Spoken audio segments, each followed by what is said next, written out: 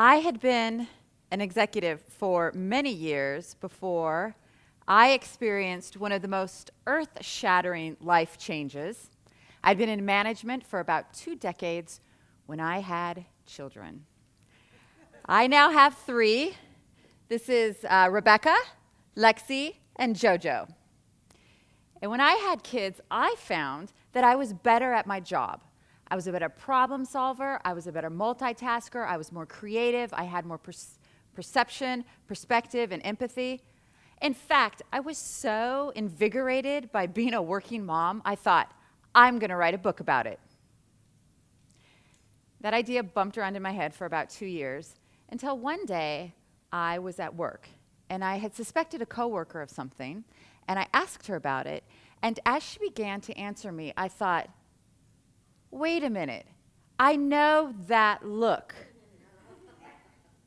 I know that look. That's the look my 2-year-old gives me when I ask her, Rebecca, did you put your sneakers in the toilet? And she looks at me and says, no, it must have been Daddy. It's the look she gives me when she's lying to me. And it occurred to me at that moment that human nature is human nature. Whether you're 2 or you're 62, we're pretty much hardwired the same way. And when you are a parent, you deal with human nature up close, unfiltered, 24 hours a day, 7 days a week. I thought, aha, that is my book right there. So I started pitching the idea around about this human nature thing, and a publishing house finally got back to me, and they said, well, we like the idea, but what we're really in the market for right now is an advice book. I said, oh my gosh, guess what? I love giving advice. Next to my opinion, it's my favorite thing to give.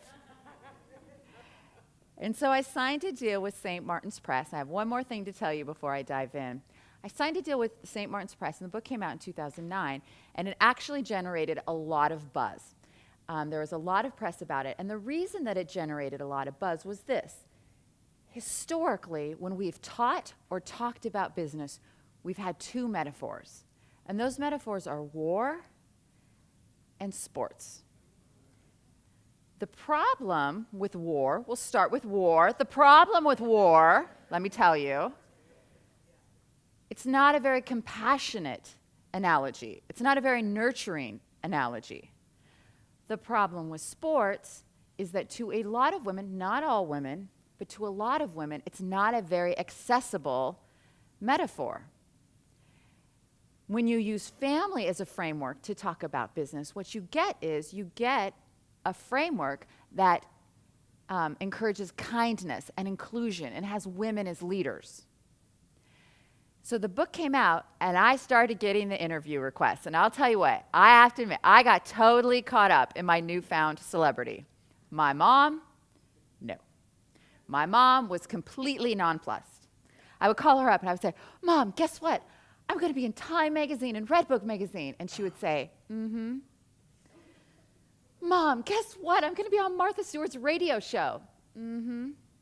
Mom, I'm going to be on the cover of the Metro News New York. Mm-hmm. Then one day, my phone rings, and I pick up, and it's my mother's voice, and she says, you're in the Costco Connection? And I had arrived.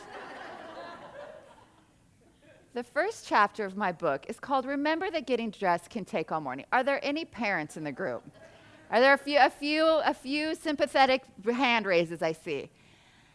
Nothing prepared me for how difficult it is to get 3 children under the age of 5 out the door by 8. It's nearly impossible, and you have to do it every single day.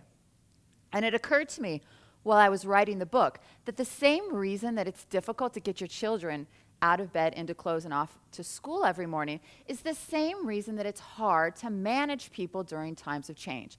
And if you've ever been a boss when your company goes through change, you know that is very hard work. And the reason that it's hard is we are creatures of habit. We don't like change. We get nestled into the place that we're at, and we don't want to move on to the next thing.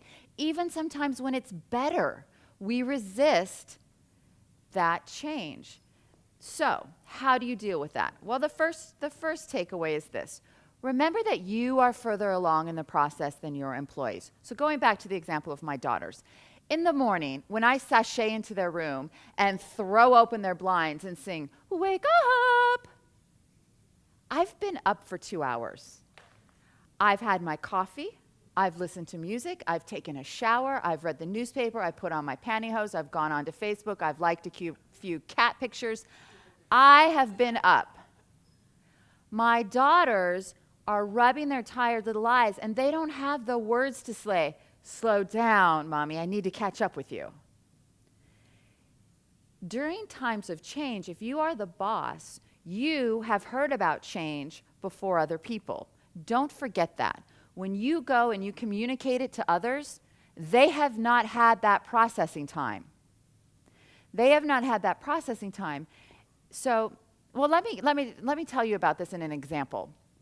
A few years ago, I was working at my credit union, and I was the head of marketing, and the man who was the head of finance, he and I had been very good friends for 10 years. We'd grown up in the company together. His name was Randy. We'll call him Randy. And I was in a meeting with my CEO, my boss, and in the meeting he says, "Randy has taken a job at another credit union. He is leaving. So what I'm going to do with the executive team is this," and he starts to tell me about who he's going to move, and he starts to tell me about a reorganization, the big change at a company. My mind chatter immediately kicked in. Oh my God, Randy didn't tell me he was interviewing for other jobs. Oh my gosh, I wonder how much money he's making. How did I not know he was interviewing for other jobs? I wonder how much money he's making. What does this mean for me? He's always been my advocate, but maybe I'll have a better shot at being a CEO if he's not around. Oh my gosh, I wonder how much money he's making. An hour is up, I leave, I go back to my office, and I realize two things. I realize, number one, I am sad and scared that Randy's leaving. And I realize, number two, I didn't hear a word my boss just said to me, not a word. So I go back into his office. I said, "Bill, I'm a little shaken by this whole news, and also I wasn't really listening to you." And he says, "No problem. Let's talk about it tomorrow. Come back, we'll talk about it tomorrow." You know what a lot of bosses would have said? A lot of bosses would have said, "Come on, Storm. I need you to be a team player. I need you to step up to the bat. I need you to be able to take one for the team." Not helpful sentiments. What is helpful is, "All right, that's fine. Let's talk about it tomorrow." So when you communicate change to somebody, if they pause, do not interpret that as resistance. A pause does not equal resistance. A pause is just a pause. It's processing time. Now, sometimes you're going to be the one that springs news on people, and sometimes you're going to be the one who gets sprung news on you. That was a bad sentence right there. What do you do when somebody announces change to you? This is one of the best pieces of advice I've ever heard.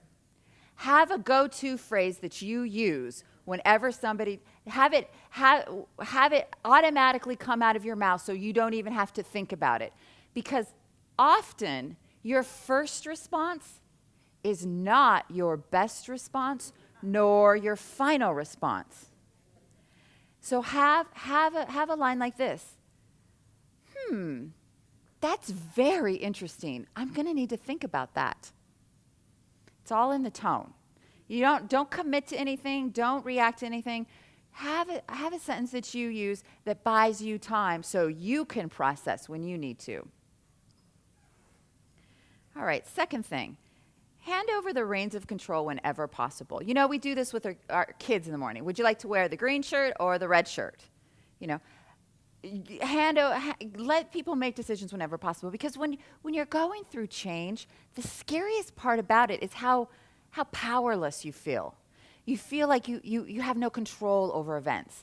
One of the women I interviewed for the book, she was a partner in an accounting firm, and they had outgrown their office space, but they couldn't move. So they had decided to take some people out of their office and put them in a cube. And take some people, not all, some people, that's the operative word, and shrink their offices. Have you ever worked with somebody who got kicked out of their office and put into a cube? Nothing makes somebody crazy like losing their office or their office space. So their facilities guy, what he did was he said, okay, if you're getting relocated to a cube, you can choose the color of your wall. You know how cubes have those walls? You can choose the fabric of your wall. And if you're getting a shrunken office, you can choose your carpet. She said to me, if you had told me that highly paid, high-performing accountants would care about the color of their carpet, I would have called you crazy. But there was something about having control over their physical environment that helps the process. Whenever possible, let somebody else make the decisions. Now, what about you? What about times when you are going through change? You're going through change and you feel helpless. Make a list. A 2-part list. On one column, write down all the things you do not have control over. In the other column, write down all the things you do have control over. That first column, the no control column, do not think about it. Don't fret about it. Don't ruminate. Don't stress on it, because that is useless, wasted energy. Spend all your time in the second column. See, they get faster as we go. Last one, make it personal. So, when you are going to communicate change to somebody, step back and communicate to them, because we like to be in the know. Whether you're a little kid or a big kid, we want to know what's going on. So, when you're going to tell somebody about change, step back, tell them the context. Tell them the history. Tell them about the environment. Tell them about your thought process. Tell them everything you can possibly tell them so that they feel like they've been along for the ride with you, that they've been part of the process, or that they feel like they know. Take it from the big picture all the way down to what it means for them. Make it personal. You're going to have some employees, though, that don't care about the big picture. You're always going to have some employees who don't care about the big picture. They don't care about revenue. They don't care about shareholder value. They don't care about market forces. It's like my daughter. Every morning when I was taking her to school, hurry up, you're going to be late. Mommy's going to be late for work. Hurry up, Mommy's going to be late for work. Then one day when Lexi was about 7, she says, Mommy, what happens if you're late for work? I said, oh, Lexi, it's terrible. Mommy could be fired. She said, isn't that a good thing? She's 7. What does she care for mortgages? You know, she doesn't care about if I have a job or not. She's 7. She's not supposed to care about the electricity bill. She's 7. She's supposed to care about One Direction and Shopkins. I am supposed to care about her college education, and I'm not supposed to care about the stuff she cares about. That's how healthy families work. It's the same with businesses. You've got some people who are going to care about one thing, some people are going to care about another, and that is okay and that is good. But what if they don't care about the big picture? One of the things my former boss used to do, and I was always so impressed by it, is when there were changes to be made, he would call people into his office. He would pick out maybe like 5 people, and he would call them in and he'd say, okay, here's what I'm thinking about doing. What do you think? And he'd get their opinions, and he'd call them back a few weeks later or whatever, and he'd say, okay, based on what you told me, here's where we've gone with this process, and here's what we're thinking. Now what do you think? And he'd get their input. And the third time he would call them into the office, he would say, okay, we're making this change, and I need you to help me. And he would look them in the eye, and he would ask for their assistance. And I've always so impressed how people will rise to the occasion if you simply ask them to. But as leaders, we don't do that. We don't do that, one, because we think because we're the boss, we're supposed to deal with these things. Or 2, maybe we think that it's a sign of weakness. 3, maybe we just don't give ourselves enough time to do it.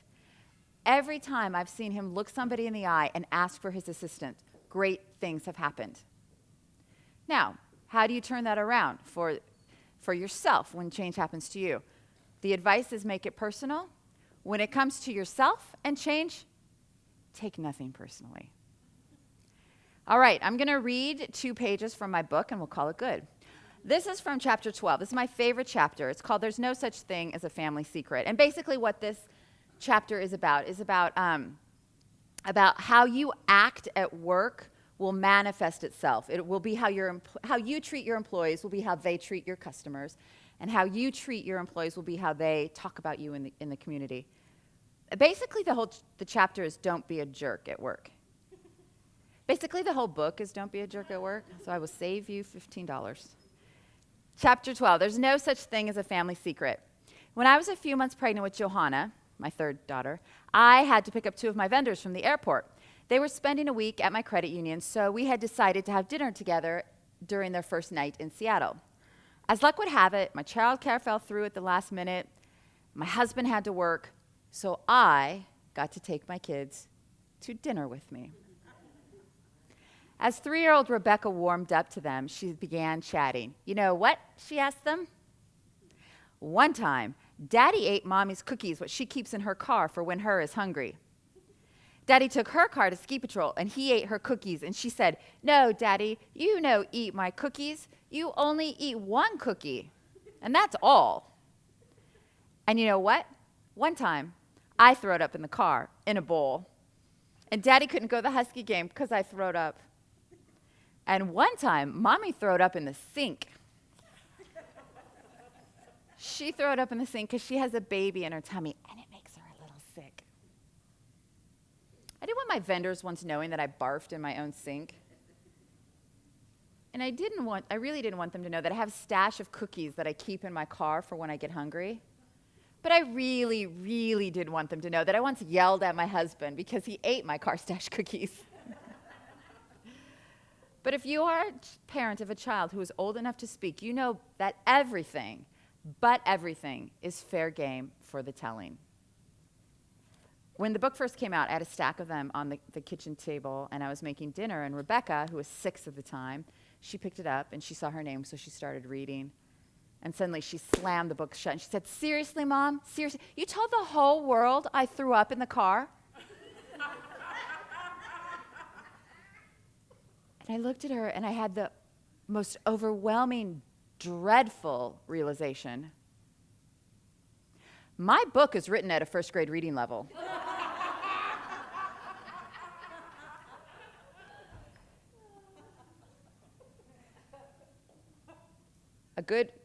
Whoa, slow down. A good parents are singularly focused on building a world in which their children thrive.